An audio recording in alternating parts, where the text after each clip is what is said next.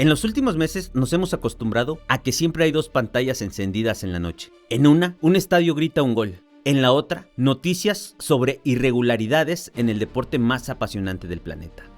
La primera está en cualquier ciudad de este mundial, en cualquier lugar del mundo. La segunda está en una oficina federal de Miami. Las dos miran lo mismo, el fútbol. Pero una mira la pelota, la otra sigue el dinero, rastrea el negocio.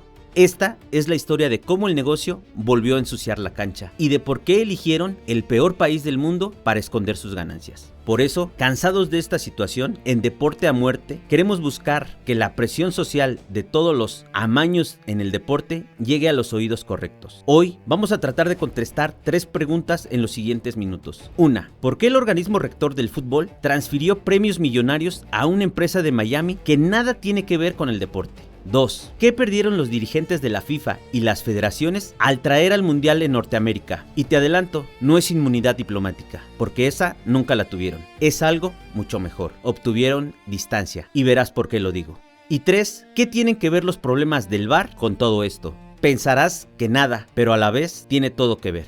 Quédate hasta el final porque vas a entender el tablero completo, no el que muestran las cámaras o la televisión, porque ellos siguen intereses de particulares. Bienvenue. Rarement la FIFA a autant couvert et protégé une fédération de scandales et de potentiels délits et crimes que l'AFA, l'association de football en Argentine. Vous avez dû voir, j'imagine, les récentes nouvelles, l'enquête du FBI portant sur une somme de plus de 300 millions de dollars liée à cette fédération. On parle de blanchiment et de détournement. Pero empecemos por el mensajero, la voz que descubrió todo esto. Y desde aquí quiero mandar mi reconocimiento a su trabajo. Romain Molina, periodista de origen francés de 35 años. Al ser un periodista freelance, sin redacción, sin editor que lo frene y sin ningún sueldo fijo que lo calle, decidió hablar con la verdad de lo terrible que está el sistema del fútbol. Romain Molina ha publicado en The Guardian, en el New York Times y en la BBC, periódicos de gran renombre. Su especialidad es cubrir los lados oscuros del fútbol. Como verás, su historial es incómodo para todos. Destapó los abusos en Gabón con situaciones infantiles. Su investigación en Haití destapó el caso que expuso un esquema sistemático de depredación de índole carnal. Y los pongo con este adjetivo o con estos nombres porque si no, ya sabes, YouTube nos bloquea el video. ¿Y cuál fue la respuesta de la FIFA? La FIFA solo sancionó de por vida al presidente de esa federación. Pero el Tribunal Arbitral del Deporte anuló la sanción en 2023. Según ellos, estas fueron pruebas insuficientes y Francia condenó a Molina por difamación ese mismo año. Te cuento esto primero por una simple razón. En este canal no hay santos, solamente analizamos fuentes y las fuentes se deben de valorar completas, con sus aciertos, pero también con sus cicatrices. Una vez que ya tenemos el contexto, es momento de situarnos en el 11 de julio de 2026. Molina publicó un video de 24 minutos que está en YouTube, La mafia del fútbol argentino, así la tituló. Pero no fue una denuncia solitaria. Días antes, La Nación en Buenos Aires y el Miami Herald en Florida publicaron lo mismo, pero todos por separado. Fueron 3 fuentes las que denunciaron un mismo caso, un mismo expediente. El fútbol argentino está secuestrado por una mafia. La acusación central es simple de contar, pero difícil de digerir e increíble de aceptar. La Asociación del Fútbol Argentino, escúchalo bien, recibió aproximadamente 300 millones de euros por su era dorada. De ahí, 42 millones eran por el premio que recibieron en Qatar. El premio por la tercera estrella de su historia. Y aquí la pregunta crítica para ti, ¿a dónde fue ese dinero? Según estos reportes, no fue a las cuentas de la AFA, fue a una empresa llamada Tour Prodenter, con un domicilio en la calle Aventura, en Florida, en los Estados Unidos. Esta empresa aparece como agente comercial, sin ninguna experiencia futbolística, ninguna. Su administradora, Arica Jalat, es esposa de Javier Faroni, productor teatral argentino, pero lo curioso es que es un ex directivo de aerolíneas, amigo del presidente de la AFA, Claudio Chiquitapia. Sí, ese hombre de traje que ves sentado en todos los estadios durante los partidos de Argentina, él es Chiquitapia. El contrato le daba a esa empresa el 33% de los ingresos comerciales internacionales de la federación. Escuchaste bien, el 33%. Una comisión que yo describiría inédita y escandalosa. Estos ingresos, en lugar de terminar en la federación para que pudieran implementar planes de desarrollo de fútbol, terminan en las manos de particulares. Pero antes de seguir, quiero hacer una corrección. porque medio internet repite que la empresa nació 9 días antes de la final de Qatar. Esto es falso. La empresa se constituyó en agosto de 2021 según el informe de Molina. El contrato de los derechos federativos de ese 30% se firmó en diciembre de 2021, poco tiempo después de que Chiqui Tapia ganara las reelecciones de 2020 y un año antes de la Copa del Mundo de Qatar 2022. Y aunque eso no absuelve a nadie, tratamos de que la precisión sea nuestra única autoridad en este canal. Y no la regalamos por un titular.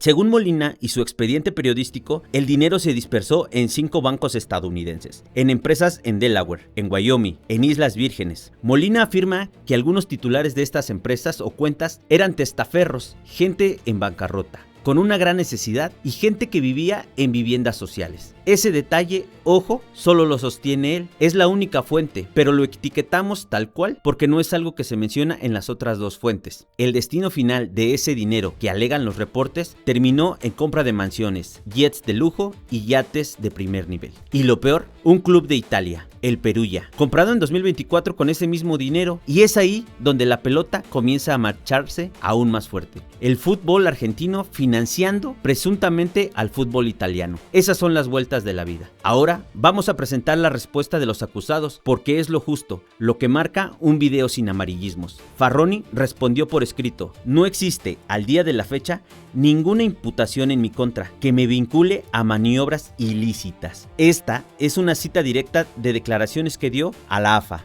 La AFA invoca la presunción de inocencia y tiene razón en invocarla. Nadie aquí ha sido condenada. Nadie, y es lo que exige el principio de presunción de inocencia, pero el ruido ya existe, porque en Argentina hay causas paralelas, una financiera investigada por lavado de dinero y un procesamiento tributario confirmado contra la cúpula de la AFA. Pero atención, son expedientes separados, porque el de Miami es otra cosa, y a Miami vamos ahora. Vamos a lo más crítico de este video. La ley americana tiene una idea brutal escondida en un nombre elegante: fraude electrónico. ¿Pero qué significa esto? Si tu mentira viajó por un cable o un falso depósito hacia Estados Unidos, tu mentira se convierte en problema de Estados Unidos. No importa dónde vivas, importa por dónde pasó ese dólar que depositaste. Ahí es donde interviene la ley de los Estados Unidos.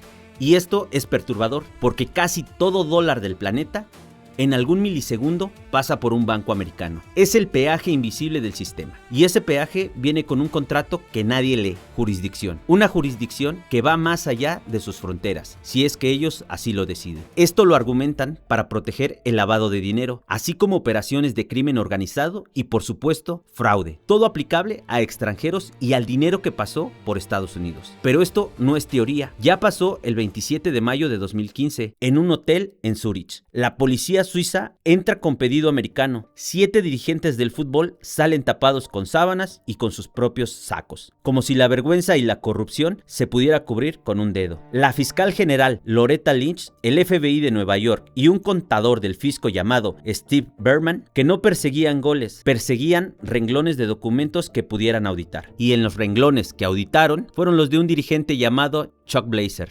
Encontraron el hilo de Blazer. Y si no recuerdas, Blazer fue un directivo estadounidense afiliado a la CONCACAF que pasó de ser el hombre más poderoso del fútbol en Norteamérica a convertirse en el informante clave del FBI, que desató el caso del FIFA Gate. Lo curioso es que lo agarraron y comenzó a hablar. Todo esto en busca de inmunidad. Y ve los patrones o las cosas que ocurrían y ocurren en torno al deporte. Date cuenta cómo hay muchas señales de personas involucradas que más adelante no dudes que puedan salir a la luz. Chuck Blazer vivía en la Torre Trump.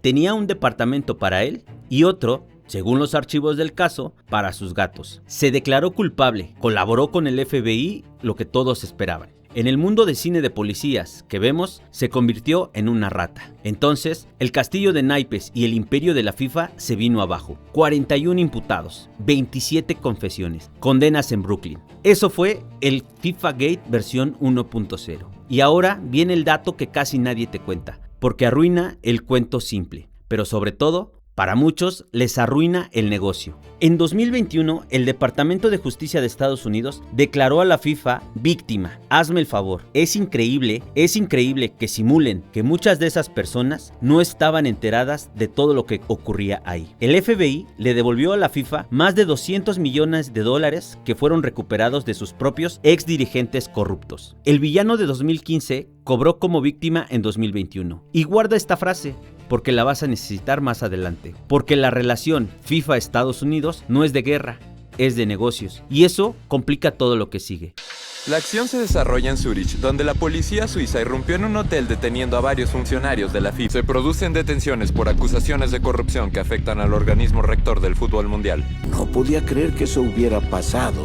No podía creerlo. En la actualidad, el expediente de 2026 no es Nueva York y esto importa. No es la oficina del FIFA Gate, ahora es el FBI de Miami, fiscales del Distrito Sur de Florida y una unidad de Washington especializada en bancos. ¿Y cuál es el estado del caso? De momento lo manejan como preliminar, sin cargos, sin un gran jurado asignado y confirmado, aún sin imputados normales. ¿Qué esperan? Es ahí donde yo te hago la pregunta. ¿Cuál debería de ser la respuesta de los organismos de justicia? ¿Qué tendrían que hacer los países involucrados con este informe? Déjalo en la caja de los comentarios. El FBI de Miami, textual, declinó comentar sobre la investigación o su existencia, y desde mi punto de vista, así hablan los federales cuando algo existe. Un periodista de La Nación lo describió tal cual. Al menos 260 millones de dólares están bajo la lupa y creciendo. Y aquí la distinción que separa este canal del amarillismo. La jurisdicción no es la investigación. El FBI examina el flujo de la AFA. La FIFA aparece porque, según los reportes, fue quien transfirió los premios a esa empresa de Miami. La FIFA fue la emisora del dinero, pero no está imputada. Nadie ha acusado formalmente a la FIFA. Y la FIFA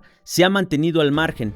No ha querido dar declaraciones al día de hoy. Y como te mencioné en mi video sobre el daño que le ha hecho Gianni Infantino al fútbol, y que si no lo has visto te invito a verlo en mi canal, la FIFA abrió una oficina en la Torre Trump. Le entregó a Trump un premio inventado para la ocasión, el Premio Nobel de la Paz de la FIFA, una vez que Trump se quedó sin el Nobel. Esto trajo consecuencias. 50 eurodiputados protestaron con una carta formal ante esas anomalías, pero en Zúrich ni se despeinaron. Entienden que no son ellos los que fiscalizan sus actividades.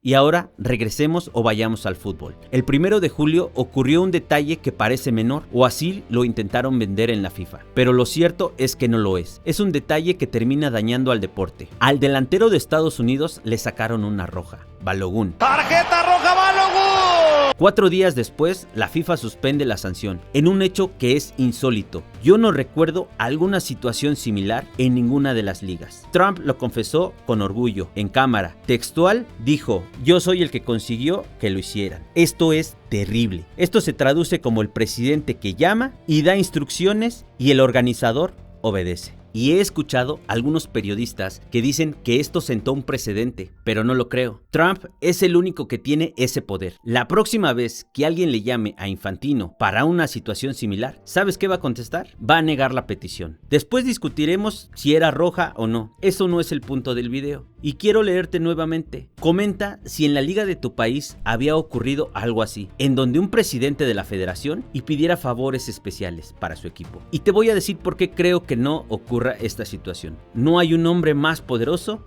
que Donald Trump o que el presidente de Estados Unidos. Es por eso que Gianni Infantino terminó doblando las manos. Ahora hablemos del VAR. Empecemos por lo que este video no va a decir. No vamos a decir que la FIFA compra árbitros. Y no lo haremos no porque no sea cierto, sino porque de momento no existe evidencia irrefutable de que lo hayan hecho. Hacerlo sin evidencia y solo por soltar información, eso es pereza intelectual y es gratis, pero no la regalamos en este canal. Lo que vamos a describir es peor, porque es estructural y está a la vista de todos.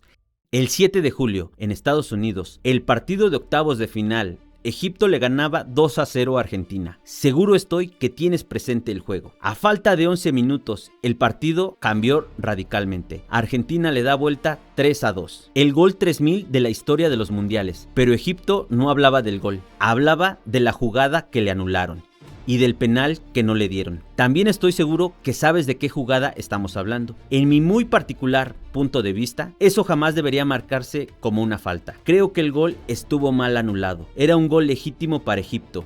Y en cuanto al penal, para mí no hay una toma contundente que haga cambiar de opinión al VAR o que haga que llamen al árbitro. Las cosas como son. El gol debió contar y el penal no es claro para hacer cambiar de opinión al árbitro. Pero las cosas que me llaman la atención son otras. La primera, la FIFA adoptó posturas para que en la transmisión de su señal pasaran las repeticiones solo una vez. Y esto tiene un trasfondo. Si no hay repeticiones constantes desde diferentes ángulos, no habrán pruebas de irregularidades o errores arbitrales.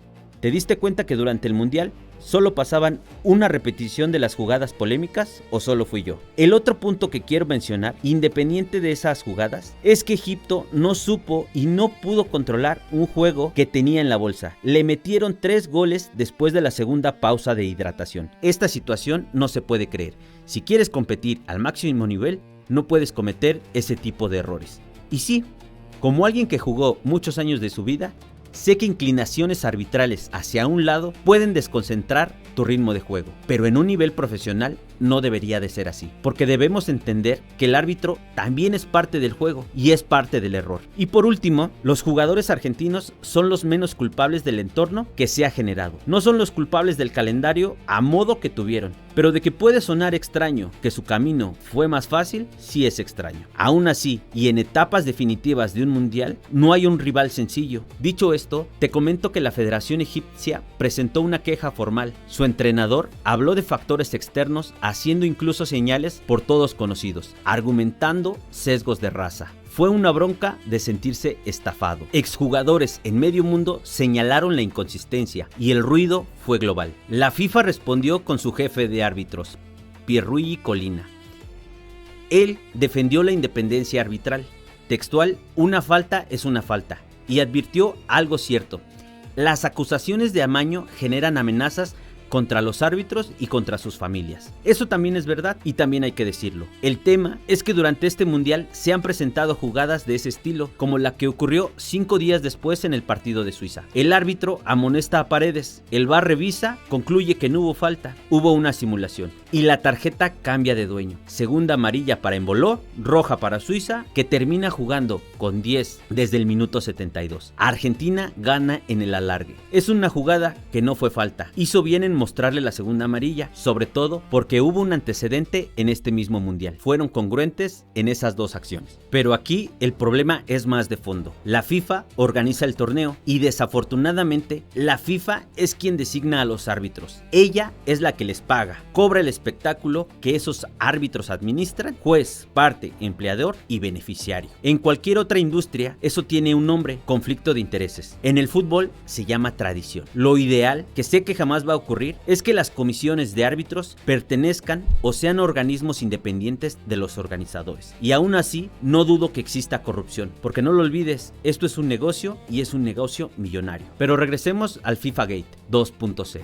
En 2021, 5 jugadoras de las selecciones juveniles argentinas denunciaron a un entrenador, señales de maltrato y conductas inapropiadas. Eran menores de edad cuando ocurrió lo que relatan. Las respaldó el Sindicato Mundial de Futbolistas. Según el informe de Molina, la Comisión de Ética de la FIFA archivó el expediente. Falta de pruebas suficientes. Ese fue su argumento. Pero algo más grave, las identidades de las denunciantes se filtraron. Habían pedido anonimato, pero esa petición fue ignorada. Varias jugadoras dejaron el fútbol y lo peor es que nada de esto tiene una condena judicial ante un mundial que presume ingresos récords, con precios dinámicos que hacen que las entradas estén por las nubes. Hay una denuncia formal en Bruselas. Los fiscales de Nueva York y Nueva Jersey investigan inflación artificial de precios y mientras tanto, la reventa oficial de la FIFA cobra comisiones al doble, 15% al que vende y 15% al que compra. La casa siempre gana. Por cierto, 2 días antes del torneo había 180,000 entradas sin vender.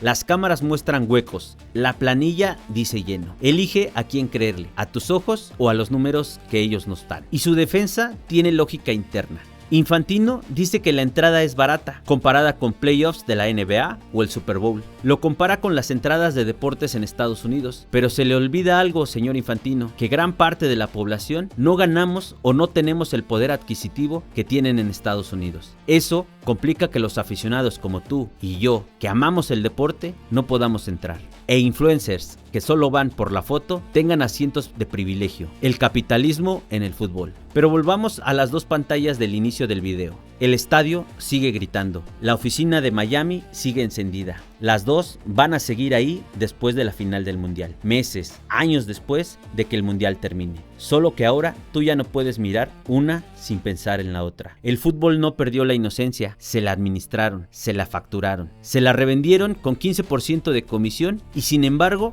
la pelota sigue siendo nuestra, porque el juego nació en la calle y a la calle no le pueden poner precio dinámico. Así que te dejo el debate abierto. ¿El FBI llegará hasta el final, como en 2015, o el dinero volverá a tapar el expediente? Comenta con altura, aquí se discute con datos, no con insultos, y si este canal te hizo pensar, suscríbete, somos pocos haciendo esto en español, y queremos ser más en la comunidad, así que hagamos que nuestra voz suene, y si crees que el video es justo eso, comparte, para que no se les olvide a los de traje largo quién inició este deporte, el pueblo.